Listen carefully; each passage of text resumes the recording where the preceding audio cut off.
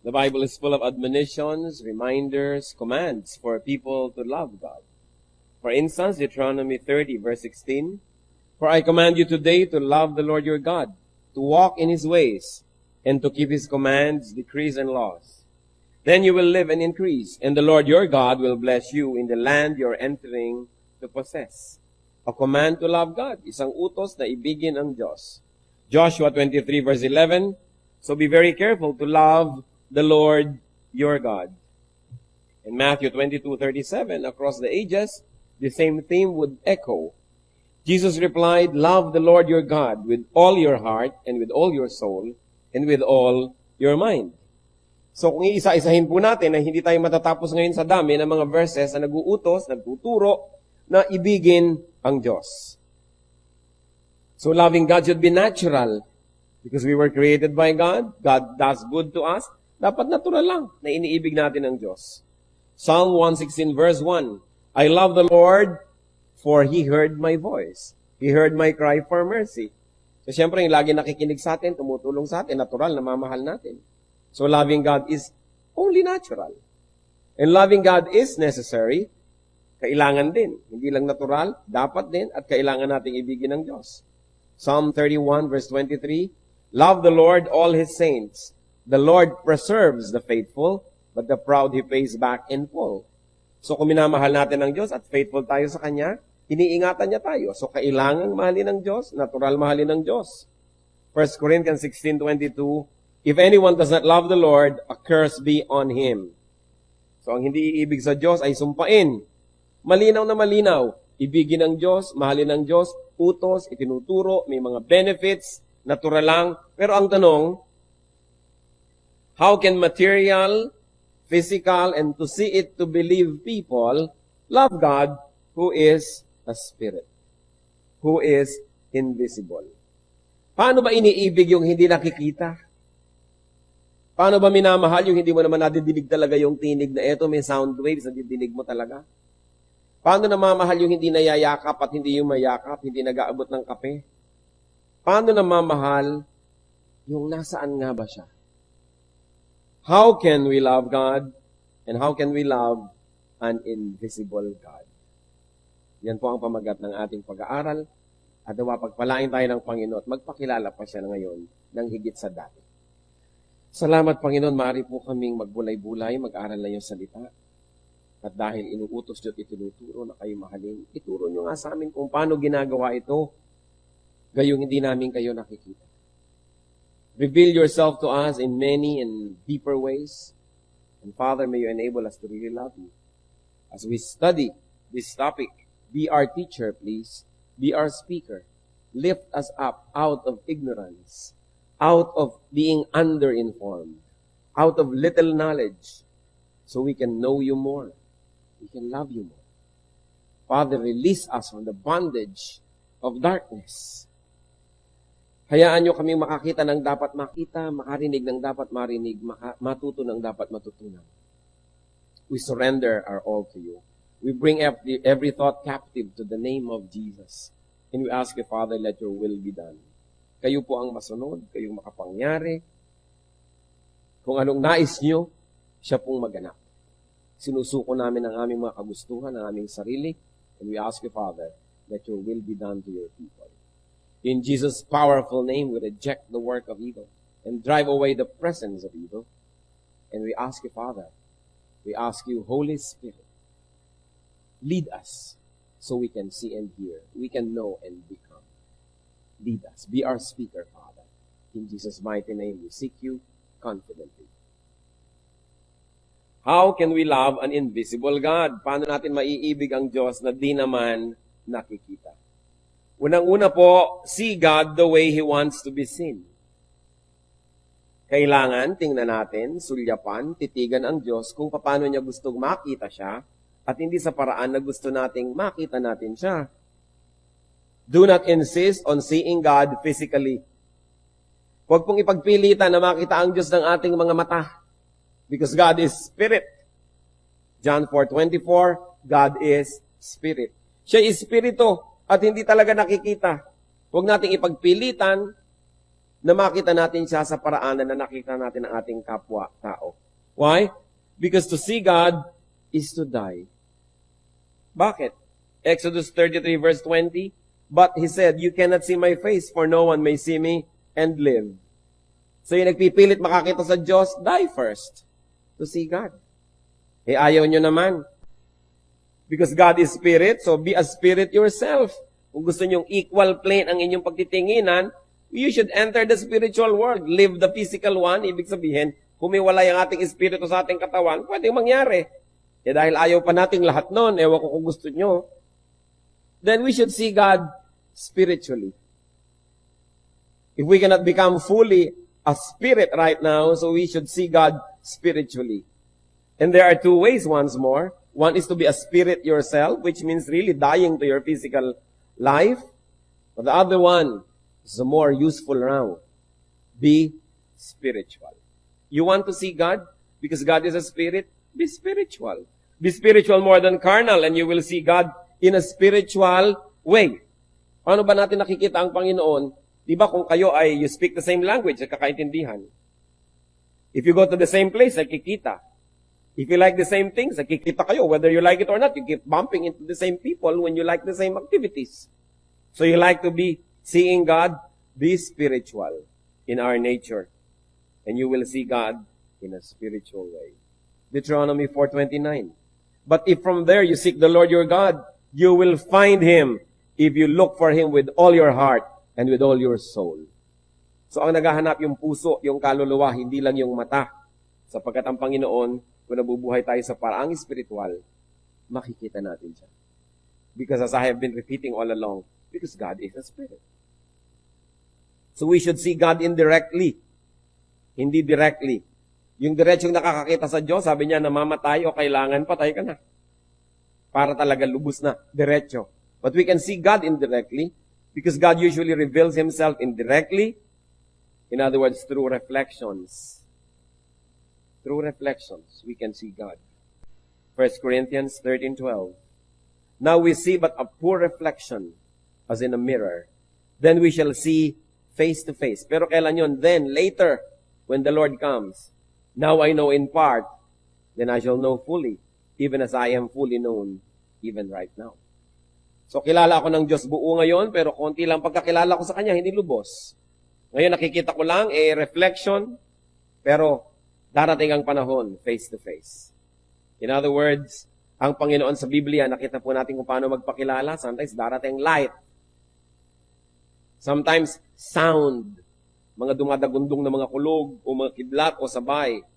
Nagpakita ang Panginoon kay Moses as burning bush. Nag-aapoy lamang na isang kahoy doon, isang halaman tuyot.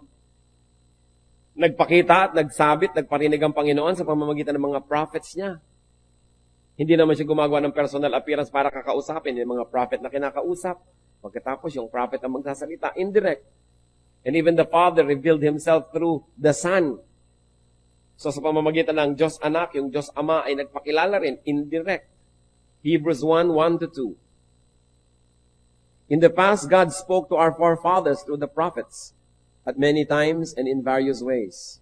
But in these last days, He has spoken to us by His Son, whom He appointed heir of all things, and through whom He made the universe. As you see, even the creation of the world by the Father was made through the Son, hindi rin direct. Laging may mga reflection. Ganon din naman ang ating Eastern, Oriental culture, bihira yung diretso, laging may mga parinig, sabi nga nila mga palipad na hangin, mga paligoy-ligoy, may mga padri-padrino, hindi laging direct. Kasi pagka-direct, di natin kaya. Kaya kung minsan iko-correct tayo ng isang tao, hahanap pa ng padrino, sabihin mo naman sa kanya, magbago-bago. Kasi pag diretso, kung minsan na-open tayo, hindi natin kaya. Pati rin pag-ibig, may mga hindi makapagtapat, may mga tulay-tulay pa, mga taga-sabi-sabi, yung pala naunahan na siya na yung sumalakay. Kasi hindi tayo diretso. Ganon din yung culture na nakikita natin sa Bible, may mga dinadaanan. So mahalaga na tayo man nadadaanan ng blessing patungo sa iba. Hindi tayo yung lagi na lang bantay sa lakay. Kung binibigyan tayo ng marami ng pagpapala ng Diyos, siguro hindi atin lahat yun ipinaabot sa iba, pinapadaan sa atin. Hindi natin dapat solo agad. Kaya merong mga dinadaanan. Napakahalaga yon. So, paano nagpapakilala ang Diyos? Saan ba siya dumadaan? We can see God through, first and foremost, His Word. Gusto niyong makita ang Diyos? Gusto niyong mahalin ang Diyos? Di, alamin niyo muna yung pwedeng malaman, yung nakasulat, yung nababasa, yung nakatape, naririnig, yung nakabraille, nakakapa. In other words, bago tayo lumampas doon sa very basic, very fundamental, doon muna tayo maglagi. So you want to know God? Huwag muna yung kung ano-ano mga revelation at mga tinig-tinig na nadidinig. Know God first through what He has already said and what is already written in the Bible. Hindi sari-sari mga revelation ang hinahanap natin na yun malang mismong nakasulat doon sa Bible. Di pa natin alam. Pag hanapin mo ng Titus, akala relo. Hinahanap yung sound sa New Testament. Tapos gusto pa, maraming revelation, ng mga direct revelation.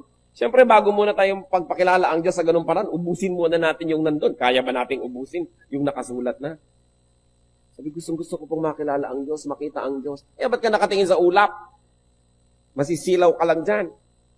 Papasukan ng kulisa pang iyong mata.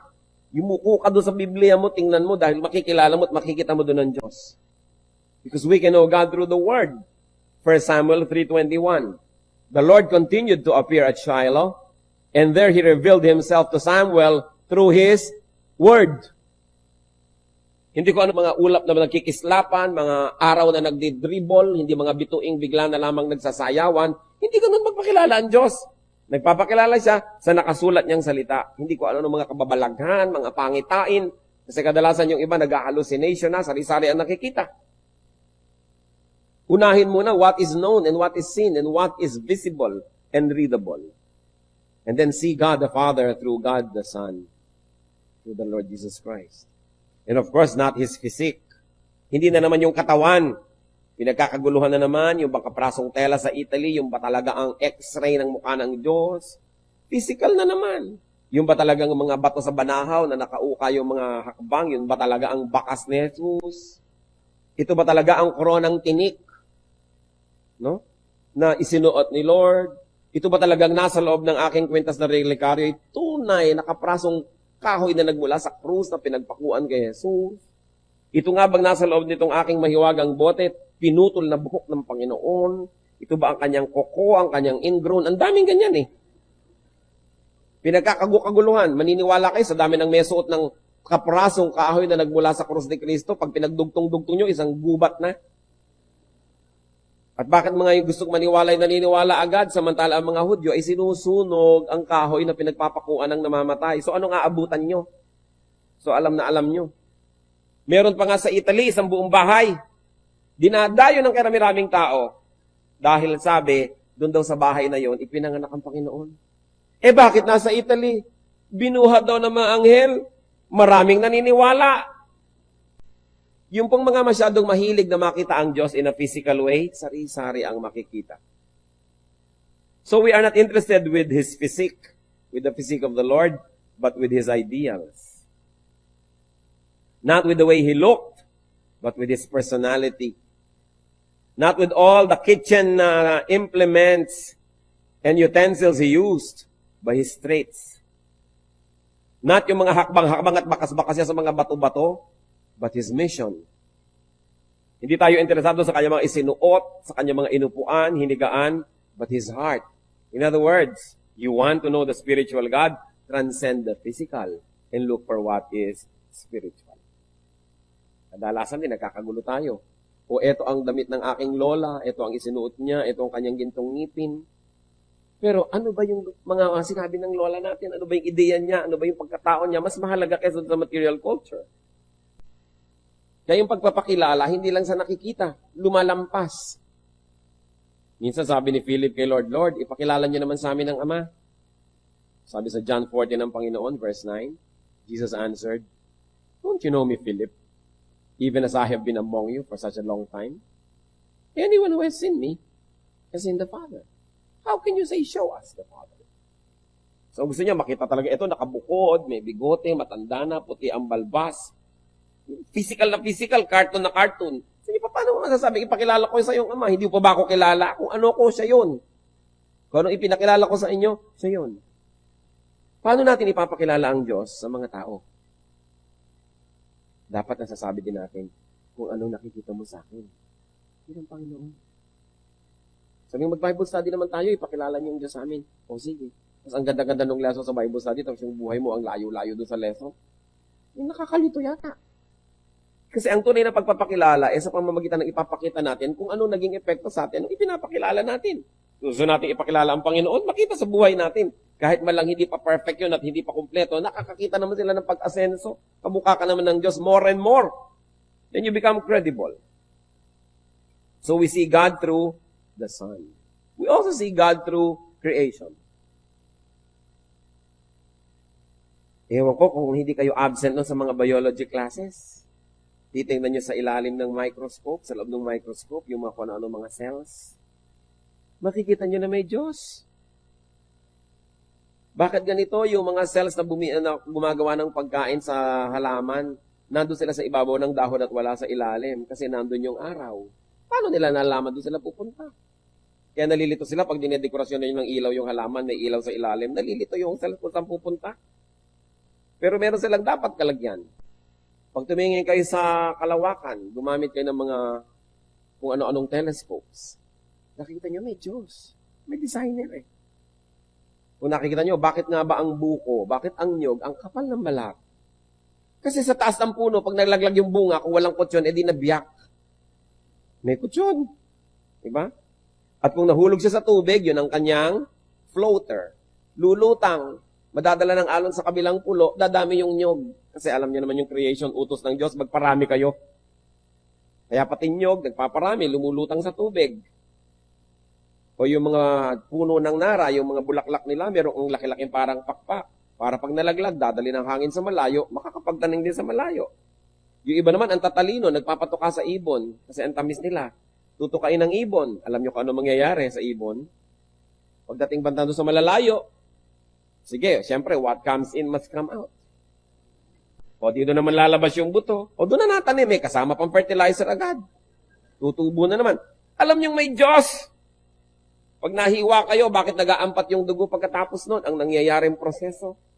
Kung paano yung mga cells natin ay sumasabog pag nasa may mga bunga dito at may oxygen and they release threads like thrombins. Nagiging parang mga net. Sinasalo nila ngayon yung mga ibang cells ng blood. Kaya sila naaampat pag nahahanginan, tumitigas. So, tumitigil ang pagdugo. Alangan namang tsamba yun. Kaya sabi sa Colossians 1:15, He is the image of the invisible God, the firstborn over all creation. And Romans 1:20, For since the creation of the world, God's invisible qualities, His eternal power and divine nature, have been clearly seen, being understood from what has been made, so that men are without excuse. Sabi, mula pa noong umpisa, nung nilikha ang Diyos, ayan nagpapakilala na ang Diyos mula sa mga bagay na kanyang nilikha. Hindi mo na kailangang akyatin yung langit para mo siya makita. Biyakin mo lang yung nyog. Malalaman mo na, ang linis naman ng tubig nito. Paano nangyari? Hindi ba kayo nagtataka ang mga halaman? Yang lupa, pareho lang naman. May puno ng siniguelas, may puno ng mangga, may puno ng kamatis. Pare-pareho lang ang sinisip-sip nila ng nutrients, pare-pareho lang lupang nananiman. Ang bungang naglalabasan, iba. Pag dumaan na sa kanila, napipili nila na, itong ilalabas ko, yung ganitong lasa, yung ganun. May creator. Kaya sabi, walang excuse ang tao. Para hindi yung sabihin, hindi ko naman kasi nakita ang Diyos. Huwag mo akong sisihin na hindi naniwala. Wala naman ako nakitang proof. At ang lagay, lahat ay tsamba. Bakit yung mata natin nakakakita? Bakit kurap ng kurap? Hindi mo na iniisip kumurap. Alangan namang may tatalsik. Iisipin mo pang kumurap. Kurap. Natalsikan ka na. So, nagkukusa na. Inuutusan nyo ba ang puso nyo pumintig lagi? Kahit tulog nga kayo, pumipintig. Kasi, may designer. Sabi siya sa creation of the world, the invisible nature of God is seen through the visible things that He created. So, nakikita pala natin ang Diyos. Huwag kayo magreklamo, hindi natin nakikita. Hindi ba yung mga katutubo, lalo yung mga Indian sa mga pelikula, titingnan nila, may apoy dito, alam nila, 3 hours ago may nagsindi dito. Nakita lang nila yung ginawa, alam nilang may gumawa. Titingnan nila yung mga bakas-bakas sa mga hayop, alam nilang, may hayop na dumaan dito, may bakas eh. Ano ba ang bakas ng Diyos sa buhay natin? Kailangan pa ba natin siyang makita literally para maniwala? Paano pa nakikita ang Diyos mula after creation? Nakikita natin ang Panginoon through personal revelation to us.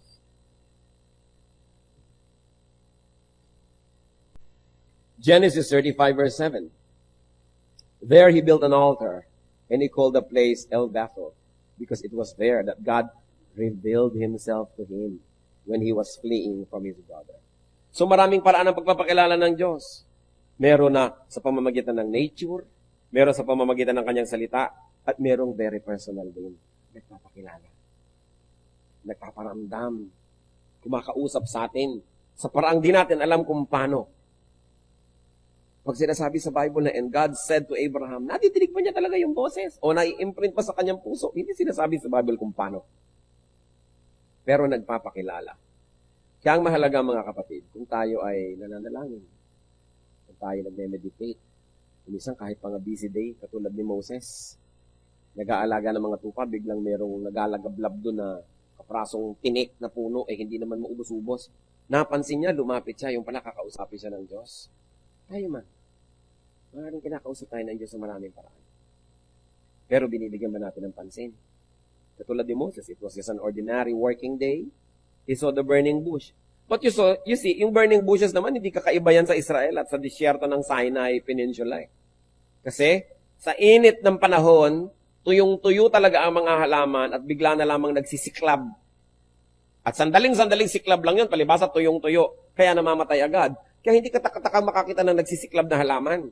Hindi kakaiba.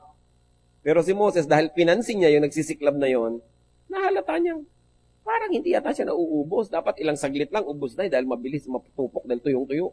Patang tagal hindi pa maubos-ubos. Lumapit siya. At nung lumapit siya, doon niya nadinig ang tinig ng Diyos. Baka naman tayo, tinatawag din ng Panginoon. Gusto rin niya magpakilala, gusto niya magbigay ng guidance. Nagkanda tupok-tupok na yung burning bush, hindi pa natin pinapansin. Nagkanda malat-malat na yung preacher. Sasabihin pa, ay buti na lang kasama ko siya. Sa'yo yan. Yung hindi natin pinapansin, mensahe pala sa atin. Baka naman napagod na yung mensahero. Naubos na ang oras, hindi pa natin pinapansin. Because God is the same yesterday, today, and tomorrow. And if God was revealing Himself through people of the Old Testament, what will stop Him from revealing Himself to us now?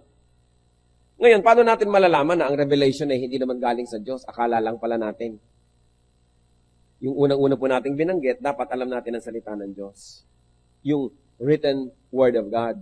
So that we can protect ourselves from messages that are contradictory to the written Word. Because the Spirit of God, who caused the writing of the Bible and its preservation, will not contradict what was written and preserved with a message that's given to you now. Yung mga iba sabihin, kinausap ako ng Diyos. Hindi na daw dapat basahin ng Biblia. Ano?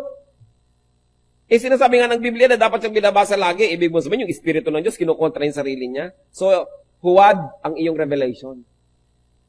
Kaya po mahalaga, bago tayo tumanggap ng personal revelation, and I believe na hanggang ngayon meron nun, ginaguide tayo ng Diyos in a spiritual way, in very practical ways, na hindi written in the Bible. Mag-aasawa ka, ang choices mo, si A, B, C. Alam nga naman humanap ka ng verse para ituro niyang A, O, B, O, C. Wala. Kailangan natin ng guidance ng Diyos. Magne-negosyo ka, ano ba? Magtatayo ba ako ng tindahan ng gulong? O magtatayo ba ako ng vulcanizing na panggawa ng gulong? O ano bang gagawin kong negosyo? Wala yun sa Bible. Pero interesado na ng Diyos sa detail ng buhay natin na yun. Meron siyang perfect will for all of us. So kailangan na yung revelation. Ano bang gagawin ko sa kapatid ko na to na kumukupit sa akin? Papabayaan ko? Hihiyain ko? O nakalagay siyempre sa verse sa Bible ko anong gagawin natin. So hindi mo na kailangan halimbawa ng extra revelation. Nagdadalawang loob ka, ano bang gagawin ko dito sa asawang ko? Hihiwalayan ko kaya to? Alam mo, sabi sa Bible na, ang mag-asawa ay mag-asawa habang buhay. So bakit mo pa iniisip yan? Anong revelation ang inaantay mo? Yung sulsulang ka ng revelation, na gawin mo yung gusto mo? Na contradictory sa nakasulat? Kaya meron po mga tao masyadong mahilig sa revelation, alam daan nyo? Kasi gusto nilang takasan yung written word of God, humahanap sila ng ibang maisasangkalan para gawin yung gusto nila. Kaya kailangan, tayo may naniniwala sa present day revelation, unang-una, it must be referred to the Word of God. Because the revealed will to you will not contradict the written Word that has been revealed to everybody else since the start. Kaya na-check po natin, kaya mahalaga is to know God through His Word. And then, there is also such a thing as personal revelation. So, nagpapakilala ang Panginoon. Tayo po na nabubuhay sa pagsunod sa Panginoon, nakikita natin yan, kinakausap tayo. At sa pagsunod natin, napapatunayan natin yun nga ang kalooban ng Diyos. Pero tiyakin po natin, bago tayo susunod sa anumang iniisip natin na revelation, i-refer muna sa written word of God. And that is the standard by which we measure the authenticity of whatever revelation we receive. How else can we see God? Believe it or not, but you can see God through yourself. Nilikha tayo sa wangis ng Diyos. Nakikita din natin ang Diyos sa pamamagitan natin. Nananalamin tayo, hindi physically but spiritually, and we see God. Nakikita rin natin yung kabutihan niya, yung kanyang pag-ibig, yung kanyang kabaitan. Minsan nakikita rin natin yung kanyang pagdidisiplina. Nakikita natin yung kagustuhan nating maging tama at itama ang nasa paligid. Nakikita natin yun because God also reflects His image on us. 2 Corinthians 3:18. And we who with unveiled faces all reflect the Lord's glory are being transformed into His likeness with ever-increasing glory which comes from the Lord who is the Spirit. So you want to see God? Look at yourself. Look at other people also, especially those who are growing in the Lord. You will see parts of God. You will not see the whole of God, but you will definitely see parts of God. So ano pong makokonclude natin? That God is not really invisible. That God is not really impossible to see. Kaya lang, hindi natin dapat ipilit na makita siya in a physical way. Those who insist on seeing God physically end up making their own gods. Yan ang panganib. Yung nagpipilit na makita ang Diyos sa isang paraan na physical, sa pamamagitan ng mata, mahipo, sa pamamagitan ng kamay, ay gumagawa at umiimbento ng kanilang mga Diyos-Diyosan. At itong dahilan, kaya naging talamak ang idolatry.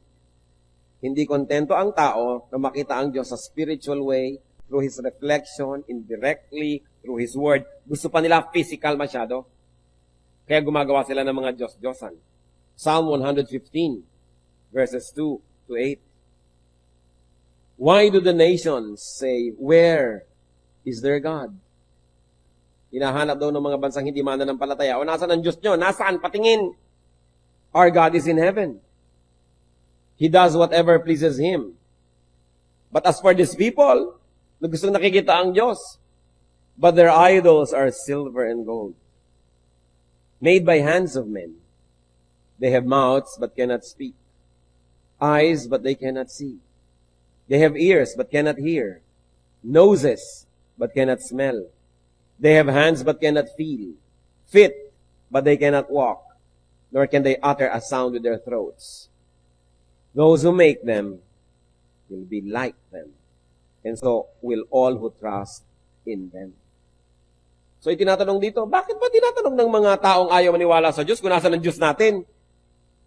Ewan ko kayo, kung natatanong kayo ng mga kamag-anak nyo, o magsisimba na naman kayo, wala naman kayong Diyos doon. Nasaan? Patingin. Kailangan nahihipo, nahahaplos, pupunasan, nakikita. Sabi niya, yan daw sinasabi ng mga nations, where is their God? Sabi niya, our God is in heaven. Wala dito. Spiritually, narito, pero ang kanyang lubos na presensya, wala rito. At ginagawa niya kung anong dapat gawin, pero ang mga Diyos-Diyosan daw, nung mga gusto yan, ayan, silver and gold, gawa lang ng kamay ng tao. May bibig, may labi, pero di nakakapagsalita. May mata, pero di nakakakita. May tainga, pero hindi nakakarinig. May ilong, pero hindi naman nakakaamoy. May kamay, pero wala namang magawa't walang maramdaman.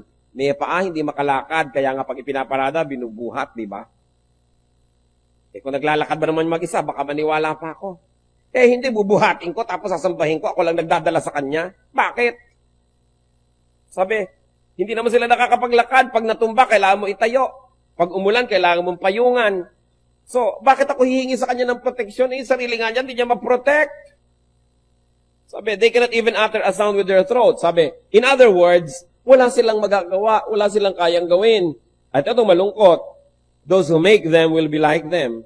In other words, yung gumagawa niyan, yung nananampalataya dyan, ganyan din, wala ding magagawa. Tulad din nung kanilang pinananampalatayanan. So the nations ask, where is your God? Ang kailangan, visible. What is wrong with gods that can be seen? Konting isip mga kapatid. Anong problema kung may Diyos na nakikita? Anong problema dito sa mga pinag-uusapan ng mga Diyos-Diyosan? They cannot see. And you know why? They cannot see you. Because they cannot see.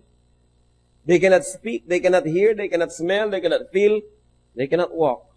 In other words, they are helpless. So those who make them will also be like them. Ano po ang malaking problema kung nakikita ang Diyos? Because a God that man can see, a God that man can perceive, a God that man can contain in his eyes is less than man. Is inferior to man. Pag kaya niyong pagkasyahin sa inyong mata, hindi yun mas mataas kaysa sa inyo. Kaya pag tinitingnan natin ang kalangitan, kasya niyo ba pagkasyahin lahat? Hindi, dahil sa likod natin, sa kabila ng likod ng planeta, may hindi ka nakikita eh. Kaya walang hanggan. Kung nakikita mo yung buong Diyos, pag napagkasya nyo sa mata nyo, maliit. Kasi kasya sa mata nyo eh. Kaya yung hindi nakikita, mas mataas kaysa sa'yo. Kasi kung kaya mo siyang makita, baka hindi kanya kita. Kasi ikaw ang may kaya, merong power above the person or above that which you call God. What matters is not to see God, but to be seen by God. Anong gusto nyo? Nakikita nyo ang Diyos o nakikita kayo ng Diyos?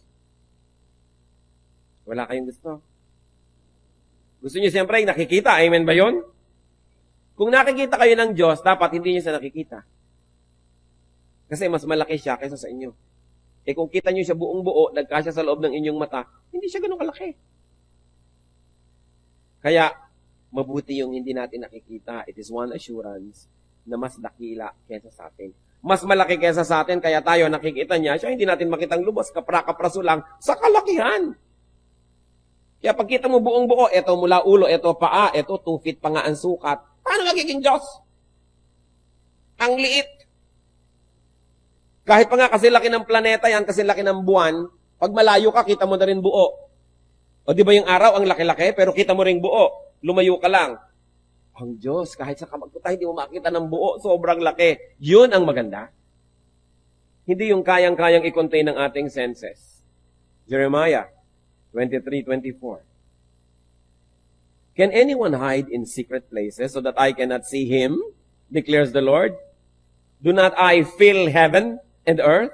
Declares the Lord. Ganun siya kalaki. Kaya malaking insulto sa Diyos na gumawa ng physical image na representation niya. Dahil pinaliit mo ang kanyang halaga.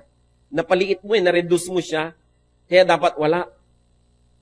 Sabi, God who made heaven and earth and everything in it does not live in shrines made by man, nor is he served by anything as though he needed anything, because he himself gives to men breath and life and everything.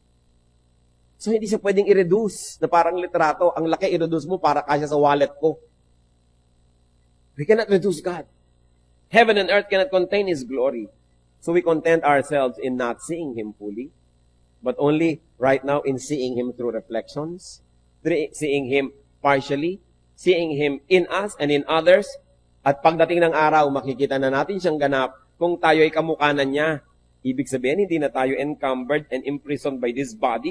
Hindi na tayo basta physical lang, because the Bible says, in a twinkling of an eye, we shall be changed. We shall be like Him, and we shall see Him because we will be like Him.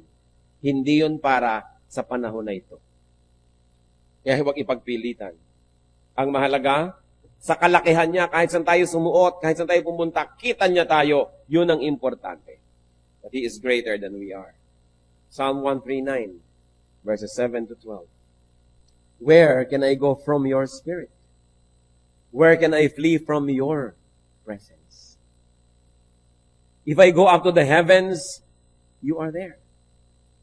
If I make my bed in the depths, you are there. If I rise on the wings of the dawn, if I settle on the far side of the sea, even there, your hand will guide me. Your right hand will hold me fast. If I say, surely, the darkness will hide me. And the light become night around me. Even the darkness will not be dark to you. The night will shine like the day, for darkness is as light to you. Sabi, paano ko magtatago sa Diyos? Paano ko pagtataguan? Paano ko iiwasan? Kahit maakyat ko ang langit, yun naman kung kaya ko. Siyempre, nandun kayo. Ngayon, sumisid ako sa pusod ng dagat, kalalim-laliman sa Philippine Deep, o sa Marianas Trench, andun pa rin kayo. Kung makakasaya ko sa pakpak ng bukang liwayway at salubungin ko ang araw, pagdating ko doon, naroon pa rin kayo. Kahit tumawid ako ng dagat at pagpunta sa pinakamalayong ibayo, naroon pa rin kayo. Kaya kahit saan ako magpunta, natutulungan niyo ako. Your hand will guide me. Ngayon, kung ako na may gumagawa ng mga kamalian, nagtatago pa sa dilim, sabi na ako, baliwala. Kasi ang dilim ay liwanag din sa inyo. Walang kayang itago sa Diyos. We cannot see God, but He sees us. Is that not wonderful? Walang pwedeng ilihim. Kung gayon, wala rin tayong suliraning di niya alam. Wala tayong mga iniisip na mali na di niya alam. Wala tayong mga pandarayang di niya alam. Wala rin tayong mga pangamba, takot at pangangailangang di niya alam. Napakabuti na lang at di natin siya kita at kita niya tayo. Hindi tayo ang tagapag-protect niya. Siya ang protector natin. Hindi kung gumagawa ka ng mga Diyos-Diyosan, nananakawan ng mga alahas, nananakawan ng mga baro, ikaw ngayon nagbantay ng bantay, imbes siya ang nagbabantay sa'yo. Nababaligtad. Pag nagkakasunog, siya yung buhat-buhat mong inililigtas mula sa sunog, ba't di kanya buhatin? Diyos pala siya. Baligtad. Kaya ayaw ng Panginoon ng ganun nagtitiwala ka sa iba, hindi sa Kanya. At nakakaroon ng kainsultuhan. Sasabihin na, eto, ang kawangis ng Diyos, eto ang representation ng Diyos, wala na maaaring maging representation ng Diyos. Walang pwede among creation, especially those who are only made by man, that can approximate the glory of God. And God is jealous and He doesn't share His glory with anybody or with anything. Kaya dapat kinikita natin yun. Hindi na lang dapat nakikita ang Diyos. Ayaw niyang pakita, pinipilit pa natin. Nagpapakilala naman sa maraming paraan. A God whom man cannot perceive. A God that man cannot see. A God that man cannot contain in His eyes is above man. Therefore, that God is God. Hindi kayang mapagkasya sa isang lugar. Hindi kayang magkaroon ng representation. And those who do not see and believe, those who believe, and those who love, despite not seeing, are blessed. Yung umiibig sa Diyos, kumikilala, sumusunod, kahit hindi nakikita ang Diyos, yun daw ang pinagpala. John 20, verse 29. Then Jesus told him, because you have seen me, you have believed.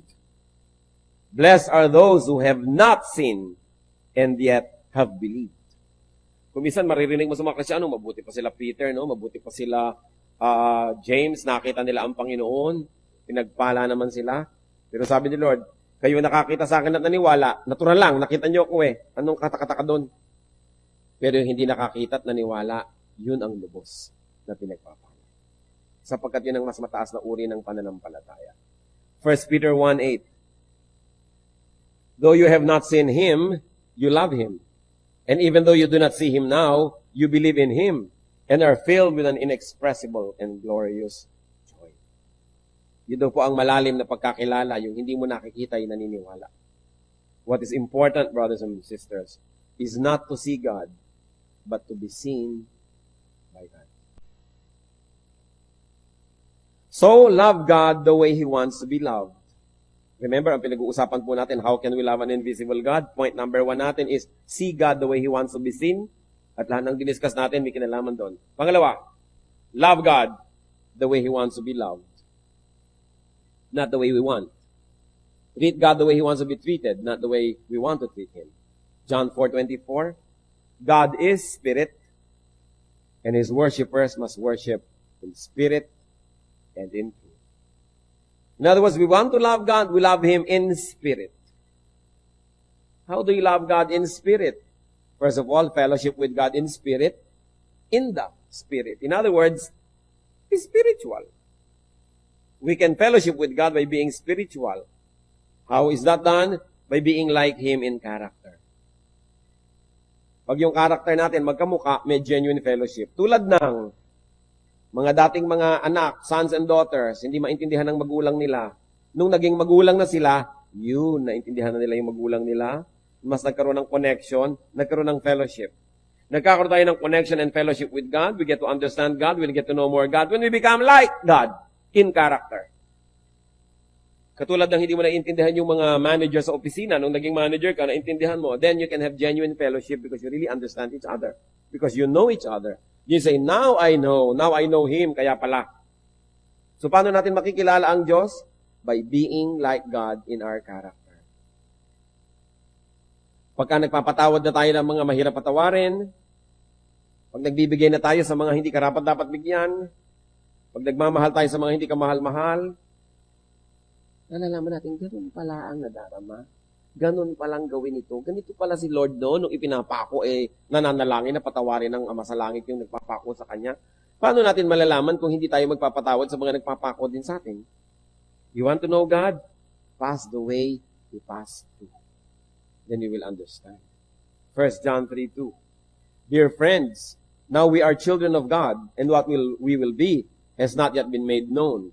But we know that when He appears, we shall be like Him, for we shall see Him as He is.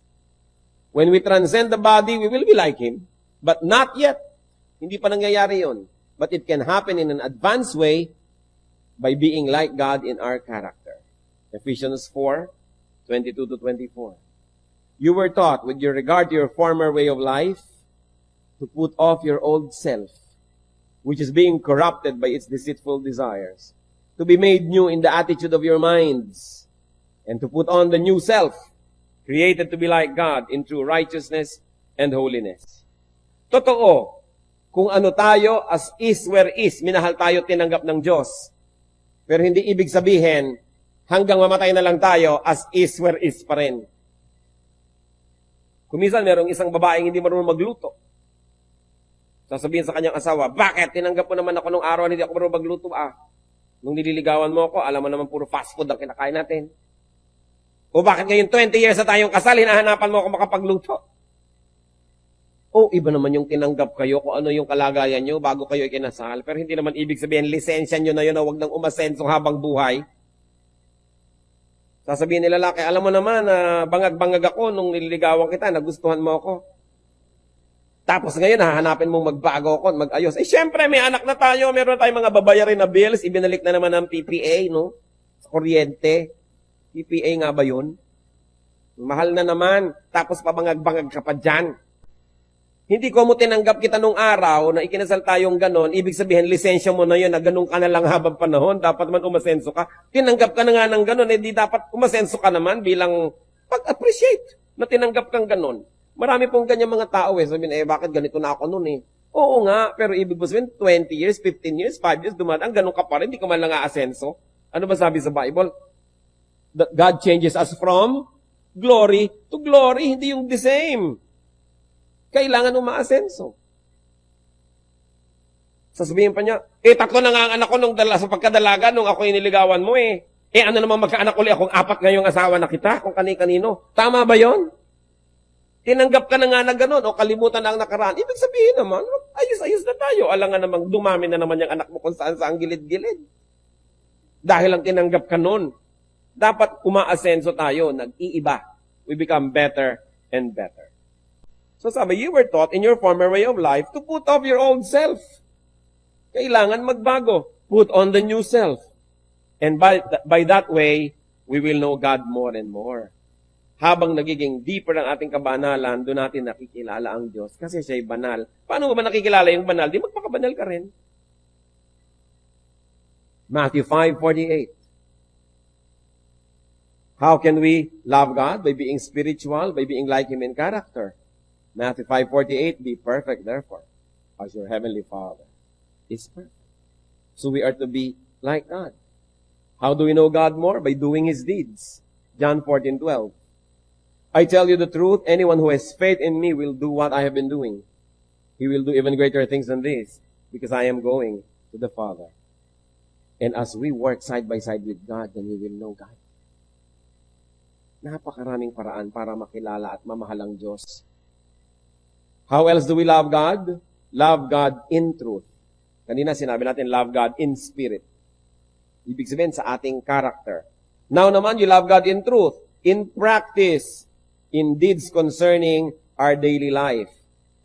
We are to be like God in character, we will know Him more. We are to be like God in deeds. And when we do what He does, especially deeds concerning His church, then we will know Him better. Matthew 25:45. He will reply, I tell you the truth, whatever you did not do for one of the least of this, you did not do for me. So ano pa palang ginagawa ng Panginoon? Hinahanap niya sa atin na gawin yung mga ginagawa niya sa tao, sa church, yung mga ginawa ng Panginoon, dapat din natin gawin. Yung ginawa niya sa kanyang creation, what He did to His creation, inaruga, minanage, dapat ganun din ang gawin natin. And then we take care of nature, when we take care of the environment, we'll get to know God more, who is the creator of such environment. And when we do His will, we will know Him more. Seeing God spiritually results in strength and courage. Anong nagiging bunga pag lalo natin siya nakikilala? By being like Him in character and in deeds, that's how we see Him spiritually. That's how we know Him spiritually. Nagiging tayo malakas. At nagkakaroon tayo ng lakas ng loob, paninindigan. Hebrews 11:27. By faith, referring to Moses, he left Egypt, not fearing the king's anger. He persevered because he sought Him who is invisible. Bakit daw tinalikuran ni Moses ang karangya ng Egyptian court? Bakit sumunod siya sa kautusan ng Diyos? Dahil nakita niya yung invisible God. Dahil nagpakita ng reflection, nagparinig ng tinig, ipinakita ang kalooban niya, at nung sinunod ni Moses habang sumusunod siya, lalo niyang nakilala ang Diyos. Not physically seeing God is not a disadvantage. The unseen God is great. The unseen is greater. What you see is less than you. Those that you cannot completely see are greater than you. Hebrews 11:3, by faith, we understand that the universe was formed at God's command, so that what is seen was not made out of what was visible. Ang lalim naman ng verse.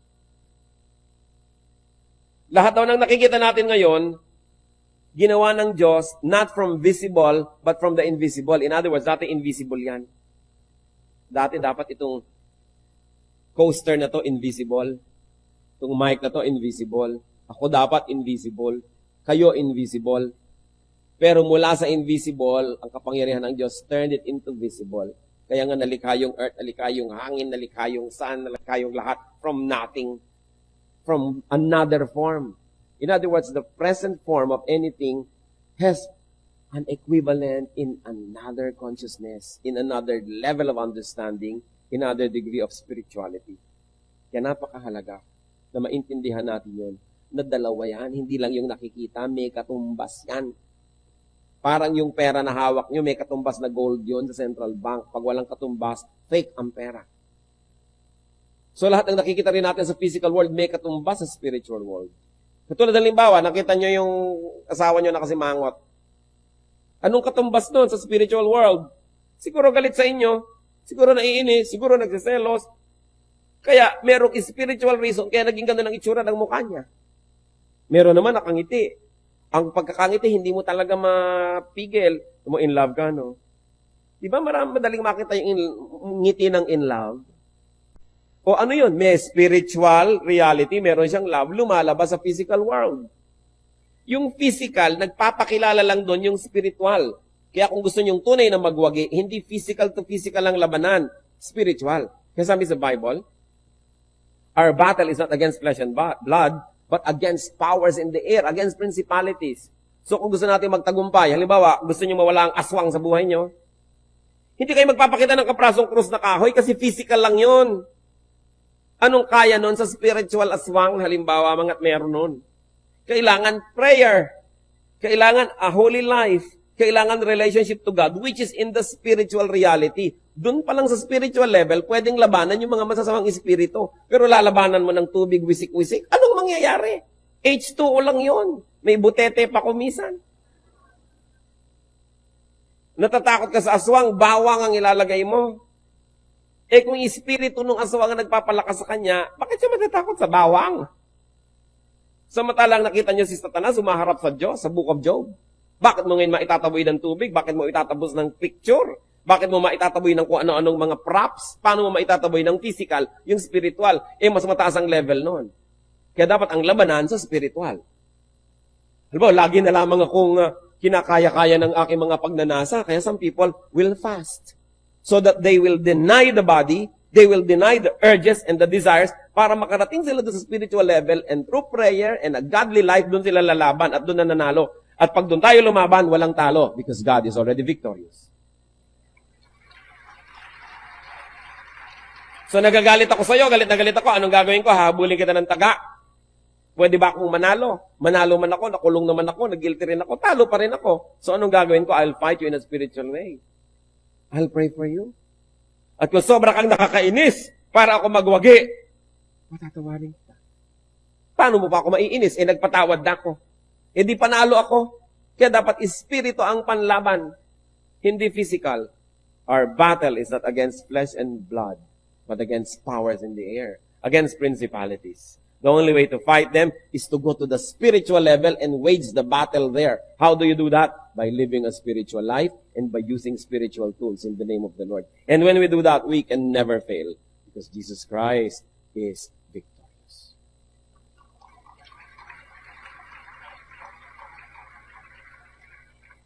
Sana nagkakaintindihan tayo. Na ang pinapalakpakan nila, hindi dahil tumataas yung boses, parang palakpak na. Palakpak ka na ngayon. Diba? Yung talagang uunawaan nating lubos kung bakit. Kasi, napakalalim na pinag-uusapan natin. So, hindi pwede na gusto nyong palayasin yung masasamang espiritu, maglalagay ka ng mga kung ano-ano mga rebulto dyan. Kakoy, chok. Paano iiwasan ng espiritu? Lampas doon ang kapangyarihan nila. Kaya ang panglaban natin, espiritu ng Diyos. Paano natin nakikilala ang Diyos? Hindi rin sa pamamagitan ng mga physical na yan. Lilipat tayo doon sa spiritual level. How do you do that? By being clean, by being godly, by being spiritual, by being honest. Then lumalampas tayo. Hebrews 11:3. By faith, we understand that the universe was formed at God's command, so that what is seen was not made out of what was visible. Nire-review lang natin. Yung nakikita natin, merong equivalent sa kabilang daigdig yan. So, eto halimbawa, itong pamangkin mo, ang sama ng ugali, hindi makukuha lang yan sa palo, kahit ikadena mo yan. Hindi makukuha lang yan sa psychology. Kailangan labanan mo yung espiritu na nagpapagawa sa kanya noon. Pupunta ka sa spiritual world, doon mo siya igagapos. Tapos, pag natalo na siya doon, susunod na yung katawan, matatalo din. Lagi, it is won or lost in the spiritual world. Kaya halimbawa, may tumutukso-tukso sa inyo. Sa isip nyo, natalo na kayo. Sinabi mo, sige, talagang bibigay na ako. Nagiintay lang yung katawan nyo ng time, ng chance para sumunod. Susunod yung katawan nyo sa pagkatalo dahil yung espiritu nyo nagpatalo na. Pero pag yung espiritu natin, panalo, yung katawan susunod. Kaya anong sabi ni Paul? I beat my body to make it my slave so that it will not become my master. Hindi ako susunod sa katawan ko. Pasusunurin ko yung katawan ko sa espiritu. And that's how you know God in the spirit. You become very, very victorious in the spiritual world. Kasunod yung katawan. Kaya kung minsan may tatawag sa akin, Pastor, meron akong kilala, drug addict, kailangan maayos. Ang una kong tanong, gusto ba nung may katawan magayos? Ayaw ho kinakadena pa nga namin. Wala akong magagawa. Kasi kahit anong gawin natin dyan, pag nakahulagpos, gagawin niya uli. Sayang lang lahat ng pagod natin. Ngayon, kung siya mismo willing, gusto kong bumait pero di ko magawa. Halika, magtulungan tayo. Pero yung ayoko bumait, ayoko. Wala tayong magagawa doon. Kasi sa spirito pa lang, nagpapatalo na siya. Paano gagawin mo sa katawan? Kahit anong gawin mo doon, matatalo pa rin. The battle is fought in the spiritual level. Kung lubos nating uunawain yun, dadali ang pagtatagumpay. Kasi doon sa level na yon matagumpay ang Diyos. Sa physical level, hanggang ngayon nagtatagumpay pa si Satan kasi hindi pa siya nakagapos. Kaya pag lagi kang physical at lagi mong kinakatang let's get physical, marami kang talo. Sana mag-physical ka lang sa exercise, okay yan. No? Pero kung puro physical, lahat ng tawag ng laman, lahat ng gusto ng desires, susundin mo, ano mangyayari sa'yo? Sunod-sunuran ka. Kaya po yung mga sunod-sunod sa katawan nila, yung sunod-sunuran, para mga hibang. I'll walk a mile for a camel. Can you imagine? Maglalakad ka 1 milya para lang kayo makapanigarilyo. Natutuwa pa't ipinagmamalaki. Alipin ka nun. Hindi ka makatulog ng ganon. Hindi ka mabuhay na walang patis. Yan sabi ni Paul, I will beat my body and make it my slave. So maganda po yung fasting. Bakit? Pinapatunayan nyo sa sarili nyo that you can get by with very little. Kasi kung minsan, nagigita yung slave ng ating desires, akala natin hindi tayo mabubuhay ng walang comfort. That's why kung minsan nagka-camping, nagre-retreat. Para mahirap-hirapan ng iyong katawan, makakain ka ng hindi mo laging gusto, para you declare freedom and independence from your habits. Pero kung magka-camp, dala mo rin ang lahat. Bakit pa? Practice nga yun eh. Para sabihin yung, kaya kong mabuhay ng ang unan ko bag ng semento. Pwede naman ako na ilang araw na ganito lang kinakain. Then, hindi tayo nagiging slave ng ating mga desires. Napapatunayan natin every now and then, periodically, ang Diyos pa rin at ako ang amo ng katawan ko, hindi siya ang amo. Kasi yung mga tao na ang amo nila ay ang katawan, hindi sila malaya. Sila ay alipin. Kaya tayo nagiging alipin ng mga bisyo, ng mga habits. So, God is invisible. Buti na lang. Ibig sabihin, He is great. He is greater than we are. He is greater than our problems. Huwag natin ipagpilitang makita siya in a visible way. The invisible is much bigger, much greater, and much more glorious. Tandaan natin, ang kayang makita, yun lang, mas maliit. So kung kitang-kita mo, maliit yan. Do not insist on seeing God. Do not insist and do not be discouraged and confused by God's invisibility. Because we can love without seeing. Pwede yun. Do not be like the pagans who adore visible gods.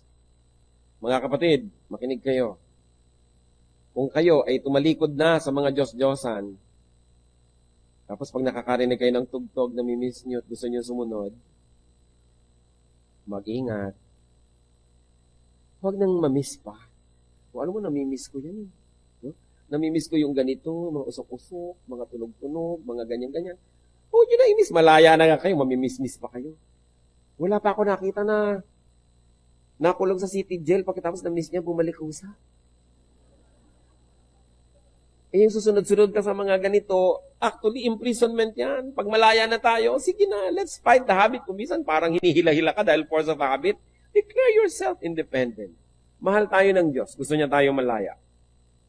At tandaan, kung hindi natin ginagawang Diyos-Diyosan, yung mga Diyos-Diyosan, huwag din natin gawing Diyos-Diyosan ang ating katawan. Hindi naman ibig sabihin, papabayaan nyo na yung katawan nyo. Mahalin dahil temple of the Holy Spirit. Pero huwag laging sundin kasi ipapahamak tayo niyan. Dapat controlled natin yung katawan na yan. Sabi ni Paul, I beat my body to make it my slave. So let us love God, what? In a spiritual way.